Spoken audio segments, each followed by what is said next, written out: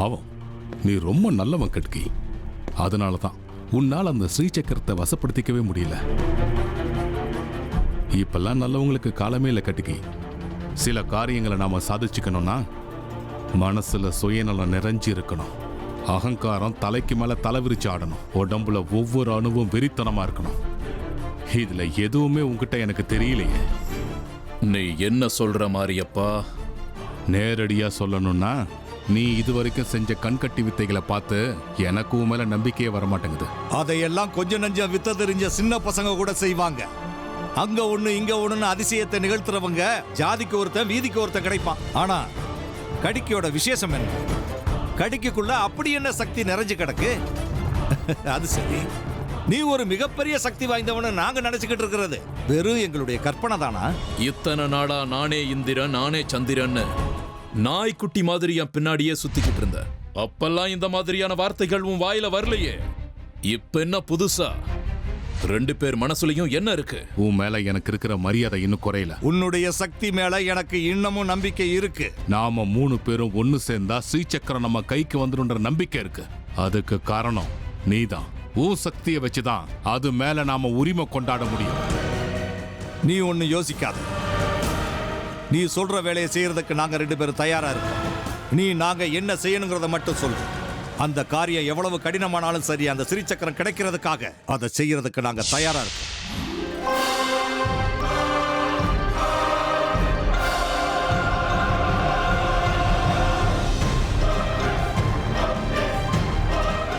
மாரியப்பா, இனிமே பாரு, கடிக்கு நமக்கு ஒரு நல்ல செய்தியை சொல்லுவான்.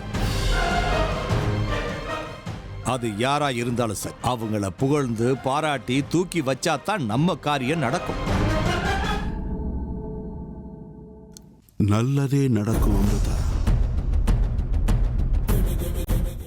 ஆனா ஒவ்வொரு நாளும் எனக்கு கஷ்டம் தானே வருது. நான் அப்படி என்ன பெரிய தப்பு பண்ணிட்டேன்? ஏன் இப்படி நடக்குது? கஷ்டப்பட்டு எங்க அம்மாவோட தேகத்தை நான் காப்பாத்திக்கிட்டு வந்தேன். ஆனா கடைசியில இப்படி ஆயிடுச்சு. நாகமணி கைவிட்டு போய் எத்தனை வருஷங்கள் ஆயிடுச்சு. எனக்கு இவ்வளவு சக்திகள் இருந்தும் அதை என்னால கண்டுபிடிக்க முடியல. இப்படி ஒரு வாழ்க்கையை வாழணுமான்னு நான் இப்ப யோசிக்க ஆரம்பிச்சிட்டேன். இது எல்லாத்துக்குமே ஒரு காரணம் இருக்கும் அமிர்தா. இவ்வளவு சக்திகள் உள்ள உனக்கு நாகமணி எங்க இருக்குன்னே தெரியல. உன்னோட மறு உருவமான சேஷாவை சிருஷ்டி பண்ண எனக்கு உன்னுடைய எதிரிகள் யாருன்னு தெரிய மாட்டேங்குது. இதுக்கெல்லாம் நிச்சயமா காரணம் இருக்கு அமிர்தா. எதையுமே நாம கேள்வி கேட்க முடியாது. ஆனா ஒண்ணு மட்டும் நிச்சயம் அமிர்தா, நல்லவங்களுக்கு எப்பவும் நல்லதுதான் நடக்கும். அந்த நல்லது நடக்கிற காலம் வரத்துக்குள்ள ஒரு சில காலம் நமக்கு வீணாயிடலாம். கவலைப்படாத. எனக்கு தெரியும், எல்லா ஆண்டவனோட இஷ்டப்படிதான் நடக்கும். ஆனா இப்போ அந்த கடவுள் மேல இருக்கிற நம்பிக்கையே போயிடும் போல இருக்கே. பூஜை பண்ண என்னோட மனச பெருக்கிற மாதிரி செஞ்சுட்டான். அமிர்தா, அப்படியெல்லாம் பேசக்கூடாதுமா. உனக்கு நல்லது நடந்தே தீரும். எங்க அம்மாவோட தேகம் எங்க இருக்குனாவது எனக்கு தெரியணும். சொல்றேன், உங்க அம்மாவுடைய தேகம். சொல்லுங்க, அதை யார் எடுத்துட்டு போயிருக்காங்க? எதுக்காக எடுத்துட்டு போயிருக்காங்க? அதுதான் எனக்கும் இன்னும் புரியல அமிர்தா.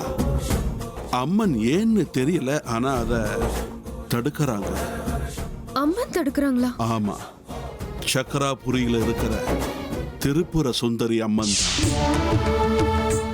திரிபுர சுந்தரி அம்மன் அப்படின்னா பார்வதி தேவியின் அம்சம். அப்ப எனக்கு அம்மா மாதிரி. இந்த மகளுக்கு அவ என்னைக்கும் அநியாயம் பண்ண மாட்டா. ஆமா அமிர்தா, அந்த தாய் யாருக்குமே அநியாயம் பண்ண மாட்டா. துஷ்டர்கள் கிட்ட இருந்து காப்பாத்துவா. ஏதோ ஒரு மகா காரியத்துக்காக உன்னை அவளோட சன்னதிக்கு வரவழைக்கணும்னு அவ முயற்சி பண்றா. நீ உடனடியா ஸ்ரீ சக்கர உற்சவம் நடக்கிற சக்கராபுரி புண்ணிய பூமிக்கு கிளம்பி போகணும். சக்கராபுரிக்கா? நான் எதுக்காக அங்க போகணும்? அது எனக்கும் தெரியாது. அது அந்த தாயோட முடிவு. உன்னால அந்த தாய்க்கு ஒரு காரியம் ஆகணும். உலக நன்மைக்காக நீயும் அவளுக்கு சில சேவைகள் செய்யணும். எந்த காரணத்தை கொண்டும் நீ அங்க போகாம மட்டும் இருந்துடாத.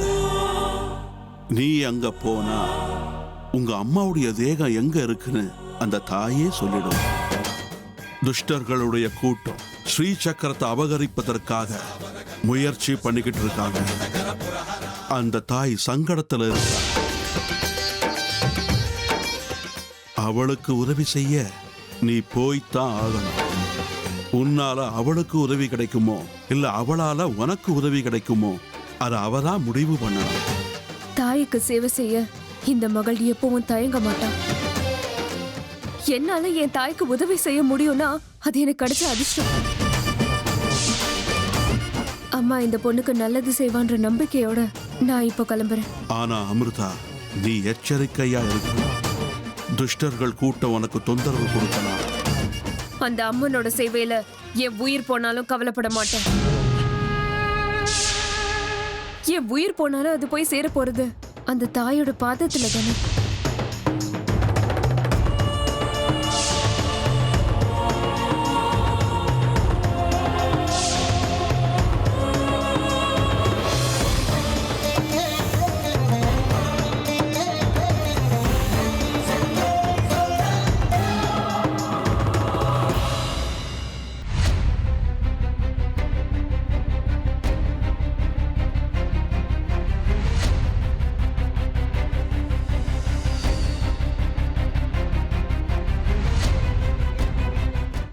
என்ன கடிக்கி, யுத்தத்துல ஜெயிச்ச சந்தோஷம் உன் முகத்துல தெரியுது.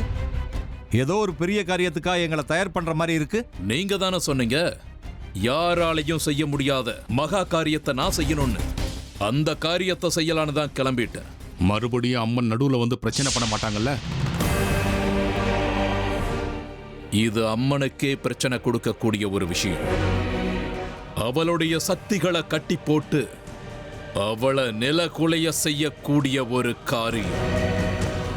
இந்த தடவை எந்த காரணத்தை கொண்டும் அவ நம்ம விஷயத்துல குறுக்கிட வாய்ப்பே இல்லை. அவளுக்கு உதவி செய்யறதுக்காக யாரும் வர முடியாது. சபாஸ் கடிக்கி, நீ ஏதாவது இப்படி பண்ணுவேன்னு எனக்கு நல்லாவே தெரியும். என்னன்னு சொல்லு. வர்ற வெள்ளிக்கிழமை அன்னைக்கு அம்மனுக்கு சுமங்கலி பூஜை நடக்க போகுது. அதான் எல்லாருக்குமே தெரிஞ்ச விஷயமாச்சே. சுமங்கலி பூஜையா? ஆமா மாரியப்பா, வர்ற வெள்ளிக்கிழமை அன்னைக்கு அந்த மகமாயிக்கு சுமங்கலி பூஜை பண்ண போறாங்க. அந்த பூஜையால் அவளுக்கு சக்திகள் நிறைய கிடைக்கும். அம்மன் அந்த பார்வதியுடைய அம்சம். அவளுடைய சக்தி எல்லாமே இருக்கிறது அவளுடைய தாலியில தான். ஒரு பெண்ணுடைய சக்தி அவளுடைய தாலியில தான் இருக்கின்றது இந்த ஊருக்கே தெரிஞ்ச விஷயம்.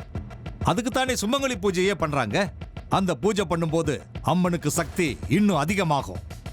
அதுக்கு காரணம் அந்த பரமேஸ்வர். அவர் தான் அந்த தாலிக்கு அவ்வளவு பெரிய சக்தியை கொடுக்கிறார்.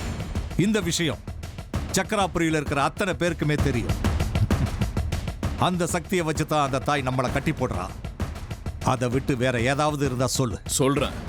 அந்த தாலிக்கு சக்தி வராத அளவுக்கு தடுத்துட்டா அது எப்படி முடியும்? நாளை மறுநாள் பூஜை, எல்லா ஏற்பாடுகளும் பண்ணியாச்சு. சாஸ்திரி, அவன் ஏதோ முக்கியமான விஷயம் சொல்ல வரான். சொல்ல விடு. நீ சொல்லு கடுக்கி. அம்மனுக்கு சுமங்கலி பூஜை பண்ணா அவளுடைய சக்தி இன்னும் அதிகமாகும்னு குழந்தைங்களுக்கும் தெரியும்ல சாஸ்திரி. அப்படிப்பட்ட சுமங்கலி பூஜைய அறக்குறையா நிக்கிற மாதிரி பண்ணிட்டா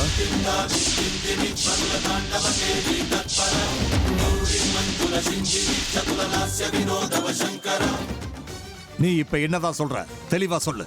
ஆமா, அம்மனுடைய தாளில நம்ம கைய வைக்கணும்.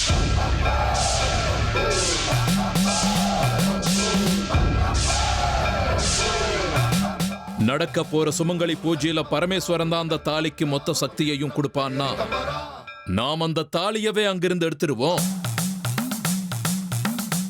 தாலியே இல்லைன்றதுக்கு அப்புறம் அவளுக்கு சக்தி எப்படி கிடைக்கும்? நமக்கு எதிராக அவளால எப்படி நிக்க முடியும்? ஸ்ரீசக்கரம் நம்ம கைக்கு வரதை எப்படி அவளால தடுக்க முடியும்? சபாஸ் சபாஸ் கடிக்கி, நீ நல்ல யோசனையத்தான் சொல்லிருக்க. இப்ப நீ ஒரு காரியத்தை செய்ய வேண்டியிருக்கு சாஸ்திரி. என்ன? என்னது? அம்மனுடைய தாலியில கைய வைக்க போறவனே நீதான்.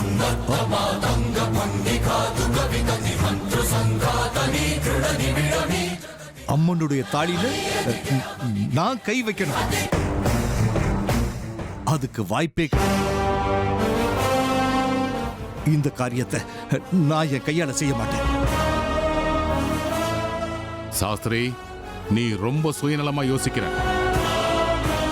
கொஞ்ச நேரத்துக்கு முன்னாடி அவ்வளவு சந்தோஷமா இருந்த, அதெல்லாம் வெறும் நாடகமா? ஏன் நிமிஷத்துக்கு நிமிஷம் நிறம் மாறிக்கிட்டே இருக்க? நான் கைய வச்சா அது அபச்சாரமாயிடும்.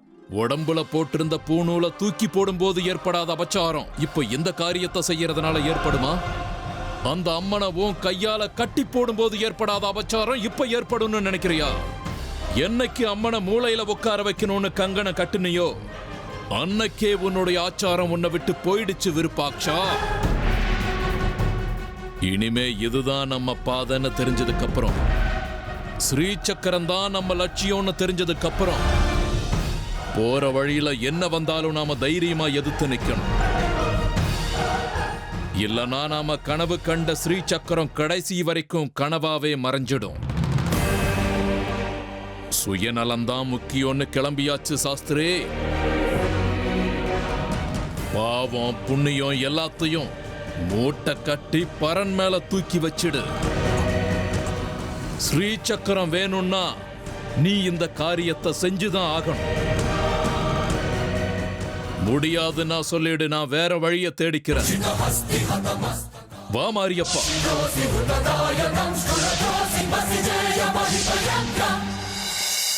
சரி சரி, நானே அந்த வேலையை செய்கிறேன்.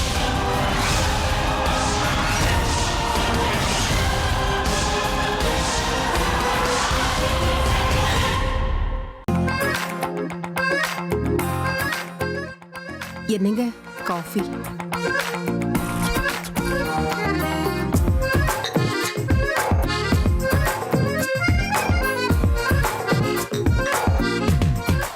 என்ன குடும்படா இது? எப்ப பார்த்தாலும் ரூம்குள்ளே இருக்காங்க. அட அர்ஜுன், வாங்க உட்காருங்க. எப்போ வந்தீங்க? சரி அங்கிள். என்ன அர்ஜுன், ஏன் இவ்வளவு சோகமா இருக்கு? எந்த பொண்ணாவது உன்னை ஏமாத்திட்டாளா? ஆமா மேடம், கைவிடுற மாதிரி தான் இருக்கா. ஆனா எனக்கு தான் மனசே இல்லை. அப்படியே ஃபெவிகோல் மாதிரி ஒட்டிக்கிட்டேன். பார்த்து அர்ஜுன், அப்புறம் நினைச்சாலும் வெளியே வர முடியாது, கஷ்டப்படுவீங்க. இந்த ஜென்மத்தில் விடுறதுக்கு எனக்கு விருப்பம் இல்லை சார். விட்டா வாழ்க்கை பூரா ஒட்டிக்கிட்டு தான் இருப்பேன். பாத்தீங்களா, எதிர்காலத்துல வரப்போற பொண்டாட்டிய பத்தி அர்ஜுன் இப்பவே கவலைப்படுறான். உன்னை கட்டிக்க போறவ கொடுத்து வச்சவ. கரெக்ட் தான். நம்ம அர்ஜுனுக்கு ரொம்ப நல்ல பொண்ணு தான் கிடைப்பா. ஆமா, உங்க பொண்ணுங்க?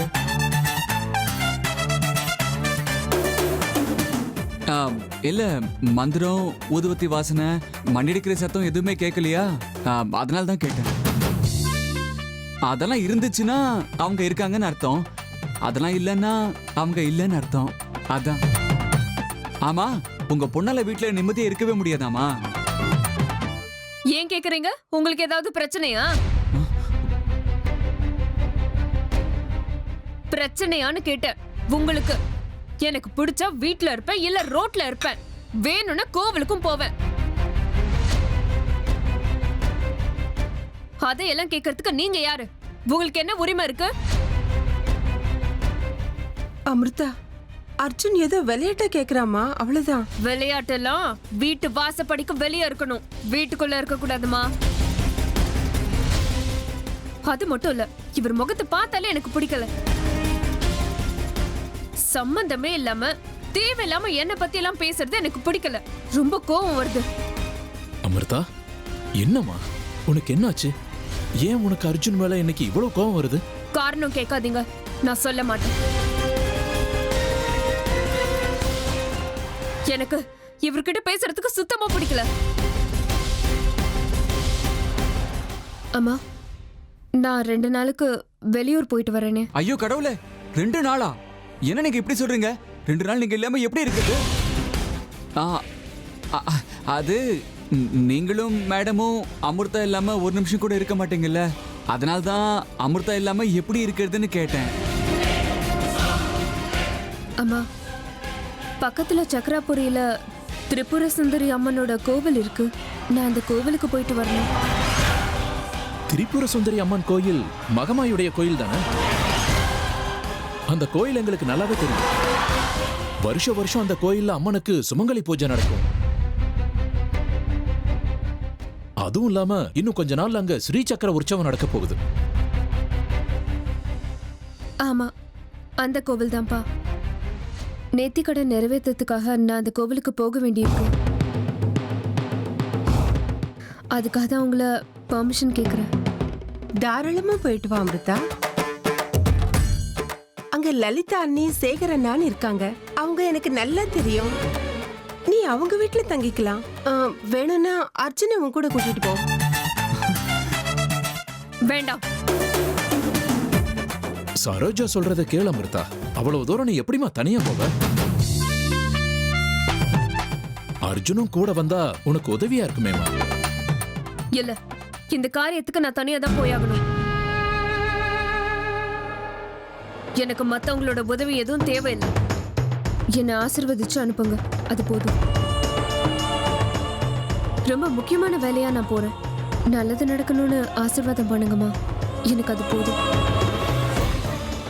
நல்லதே நடக்கட்டும்மா. பத்திரமா போயிட்டு வாங்க.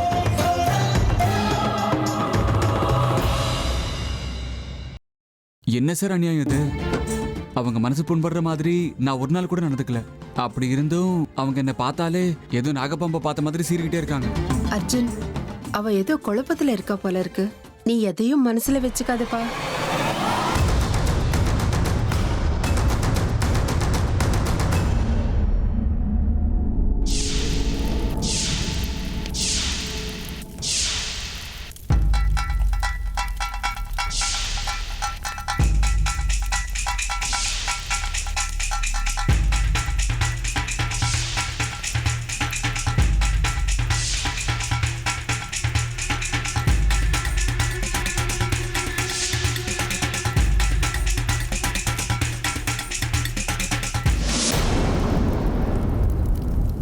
ஜெய் மகாகாளி. என்னாச்சு பாபா? ஏன் திடீர்னு இப்படி பயந்து போனீங்க? இப்ப அப்படி என்ன ஆயிடுச்சு? ருத்ரா, நாகராணிக்கும் நமக்கும் நடுவுல நடக்கிற யுத்தத்துல வேற ஒருத்த தேவையில்லாம நுழையறாங்க ருத்ரா.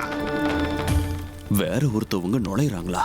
யார் அது? மகமாயி, திரிபுர சுந்தர தேவி.